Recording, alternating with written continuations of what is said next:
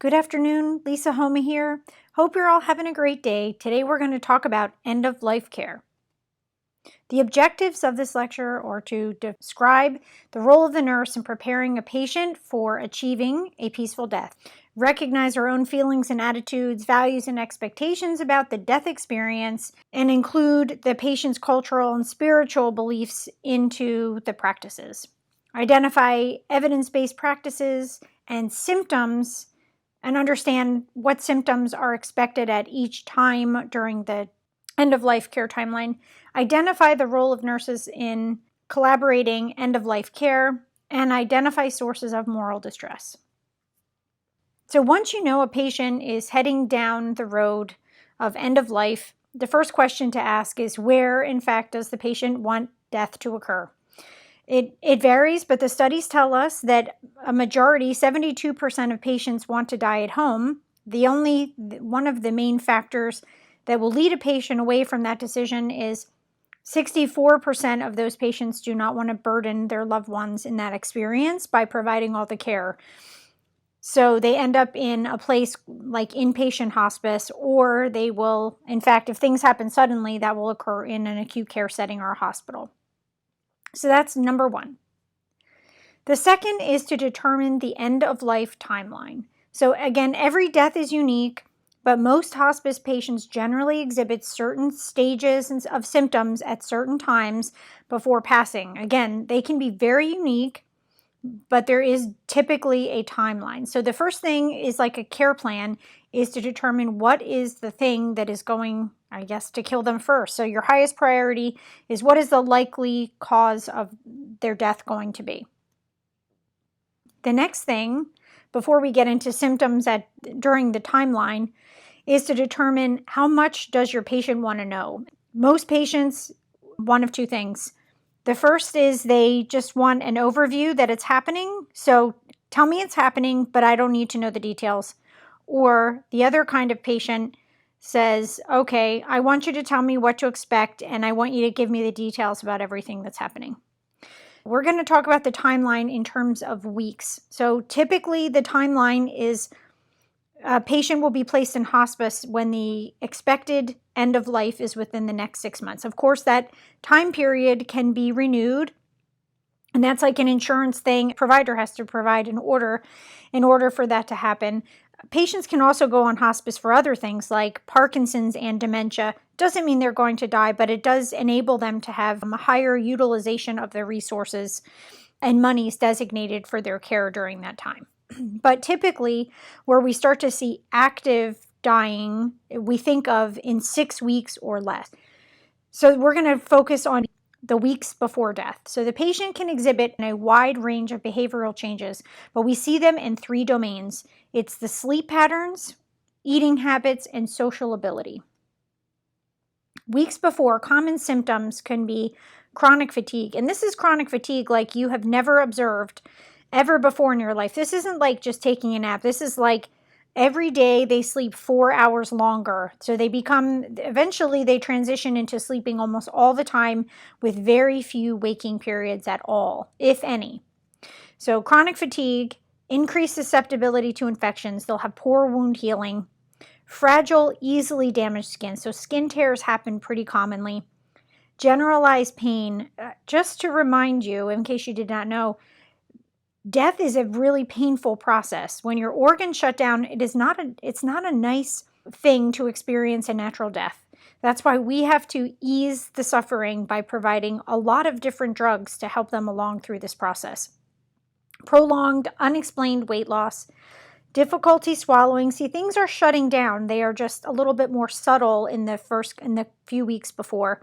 Untreatable nausea, so again, you want to have medications around. Swelling of the abdomen, such as edema or ascites, is common. Days before death, a series of physiological changes occurs. We will notice the 2 major systems, pulmonary and cardiovascular system, begin to degrade. So you'll notice congestion, aka the death rattle. This can happen in patients a few days before or typically in the last 24 hours. Breathing fluctuations, and this could be 1 minute you're counting their respires and they have a respiratory rate of 6, and the next minute they are at 50. This doesn't necessarily mean initially that they have chain-stoked respirations, but eventually they will. Usually in the last week, they'll be using chain-stoked respirations. You'll notice observably exhaling, puffing with their lips, an increased cough. Again, that's the congestion, and they'll have hallucinations.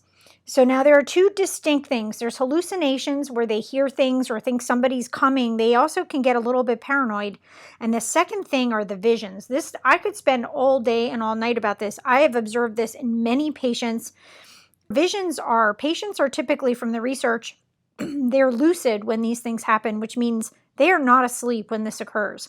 They have people typically who have passed on who are talking to them and comforting them, and they will tell you that they are around them. That is distinctly different, and we know from the research studies, again, they are lucid and not in a sleeping state at all. Days before death typically implies the last 3 days before death.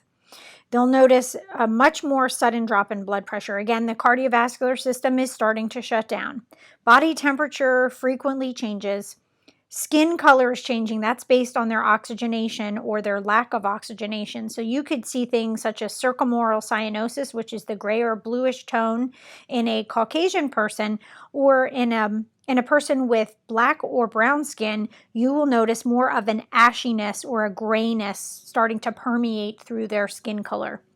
You'll notice erratic sleeping patterns, fewer bowel movements, less urination, because again, the kidneys are going to start shutting down, decreased appetite and intake of fluids. They just don't want them. And if you push it too much, that will cause them to vomit. So you don't want to push it. This can be a very difficult thing for families to see that this is happening, and nourishment is an extraordinarily culturally important activity. And when families start to see this happen, this is a devastating symptom for them. In the last day before death, we notice much of their time is sleeping. In fact, a lot of patients that I have observed, and even family members, have been fully unconscious this entire time. They may awaken, they may have difficulty interacting with others because their senses are now failing. So they may not be able to see as well, or they have vision impairment or diplopia or things like that, depending on what their process is. As I was taught in nursing school, and the literature still stays the same, that hearing should be the last sense to remain. Even if the patient is unable to speak and communicate with you back, they still are, in theory, supposed to be able to hear you. And I could tell you stories on this, but I do 100% believe that to be true. You don't have to speak to them in a loud voice or yell or anything. They should be able to hear you in a normal speaking tone. The more physical changes that have occurred over the past 6 weeks are now going to just become way more pronounced. The symptoms you'll notice in the last 24 hours. So patients in the last week can typically have what's called the surge. I don't know if that's a familiar term for you or not, but they get this sudden burst of energy and you think, wow, hey, they're wrong. Whatever they said that this person is dying, it's not happening at all. That's the beginning of the end when you see the surge. Their skin becomes increasingly mottled and blotchy. Mottledness begins on the hands, feet, and the knees, and that really signifies that death is not that far away when you start to see that happen. Blood pressure continues to drop. They are unable to swallow. They are not urinating at all. They have increased restlessness due to the lack of oxygenation, and they'll have chain-stoked respirations. So that's where they're breathing really, really fast for a short period of time. They have a long pause respiratory pattern, increased congestion, and possible fluid and secretions. That's one of the most difficult things about having a patient at home is you need suction. You need all this equipment that we're typically used to using in acute care, and you don't have those things available to you. So what they do instead is they will give patients oral atropine drops, which dries up secretions. Just change your thinking. If you're an acute care person, you go to the home care setting, you have to use different tools to get the same job done. Hours before death, multi-system organ failure. So we already talked about heart and lungs, but this continues. It leads to falling body temperatures, So basically, it's like thinking of your body with compensatory mechanisms. When the body senses that it's in trouble, it will divert all of the major blood flow to the core, to the trunk of the body. Same thing. So that way the arms and the legs will be cooler. That's just the body. It's not going to give up ever, not to the very end.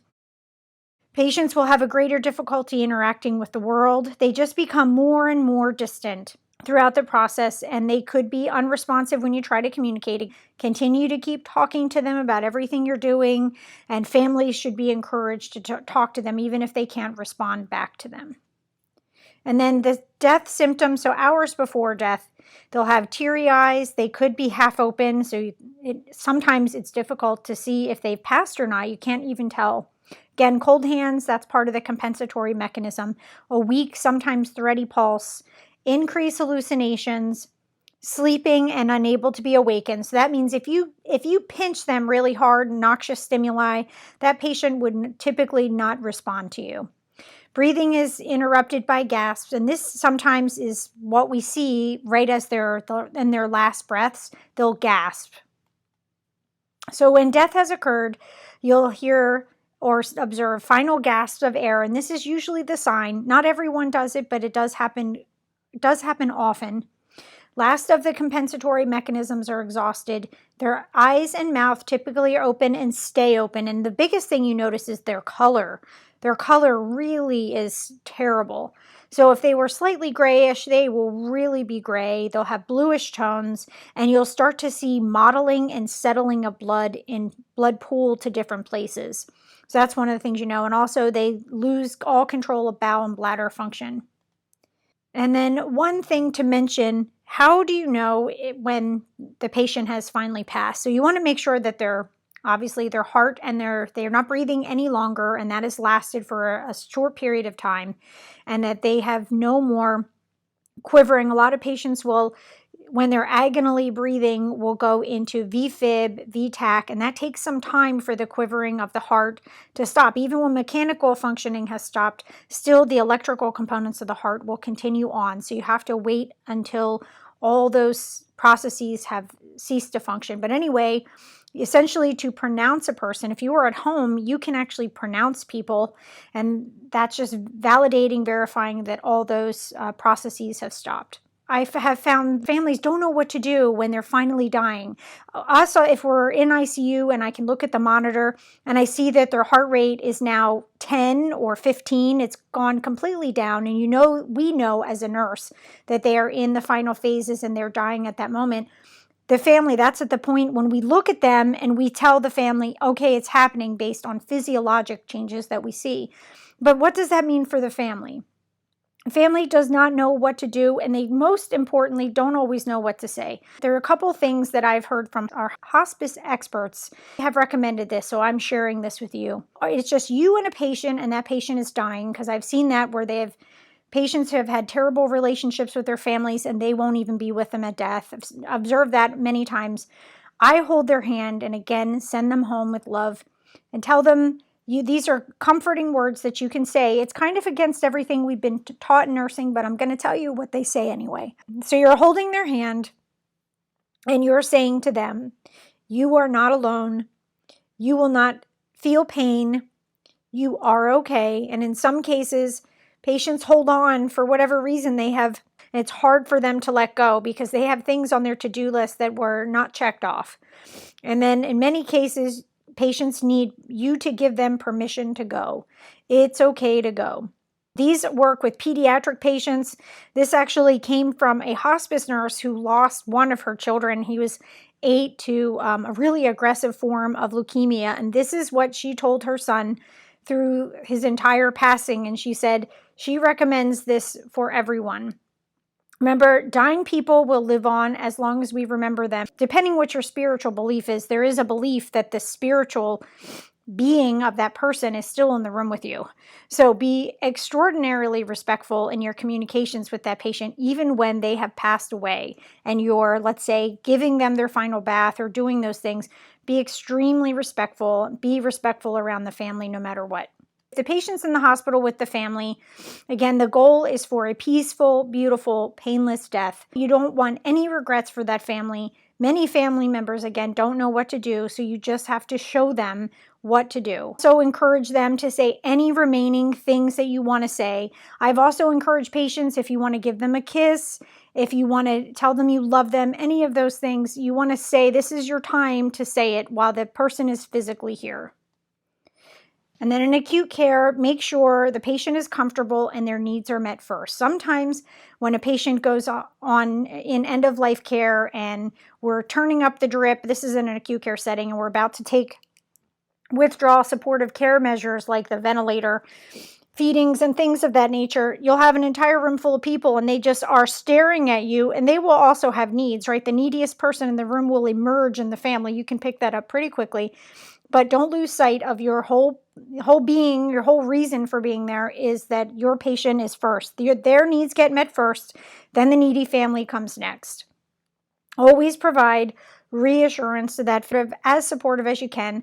Offer pastoral services, whether if they're religious, they're not religious, that be respectful of whatever it is that they want. I know with COVID, it's been very difficult to have food carts and offer multiple family members. My father-in-law passed just on June 4th. I requested all those things. And even in ICU, we were in the COVID unit, and we had family come in waves. And, my father-in-law definitely passed in love. Despite COVID, we managed for it to work. And it was such a moving experience that we had our nurse crying, because she said families just don't do that. So promote opportunities for family closure when possible, and make sure you are there for that person as much as you can as they're passing on. Also, no judgments about observing or being the last person with the room. So some family members just don't want to remember their loved one like that. I'm the baby of 7, and when both my parents passed away, I had siblings who just did not want to remember that. Of course, I was with both my parents when they passed away, and I feel like it's another moment of their life.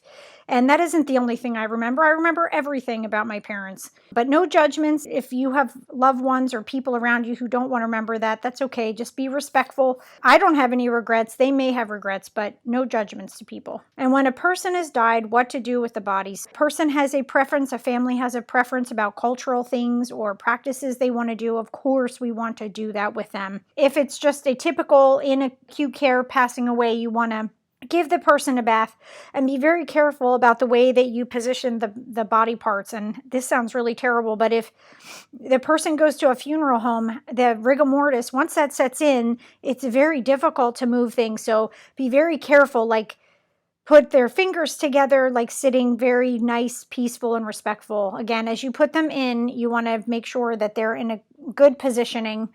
And then you'll want to put them in the shroud, which is really just a plastic sheet to keep them, all their items contained until they get to however they're going to be prepared for burial or whatever those practices should be.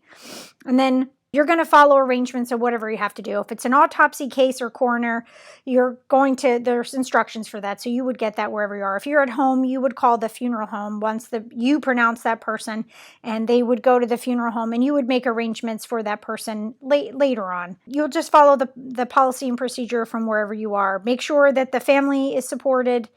However that is, if they're religious, have religious support there. If they are not, have family members or loved ones around them. Make sure everyone has had an opportunity to be with the person before the body is taken, because that's it. That's your last opportunity to see them in a physical sense before they are gone. Make sure you give belongings and that they have everything. And then, of course, if you can't think of anything else what to say, make sure you always tell them you're so sorry for their loss. That is always the right thing to say. And then provide connections to grief and bereavement orgs. There's so many things with social media now that we can connect patients to. They don't even have to leave their home. And especially with COVID and all this other stuff going on, there's great organizations here, so I have a link to those. That's all I have to say. Thanks so much for listening. Hope you have a great rest of your day.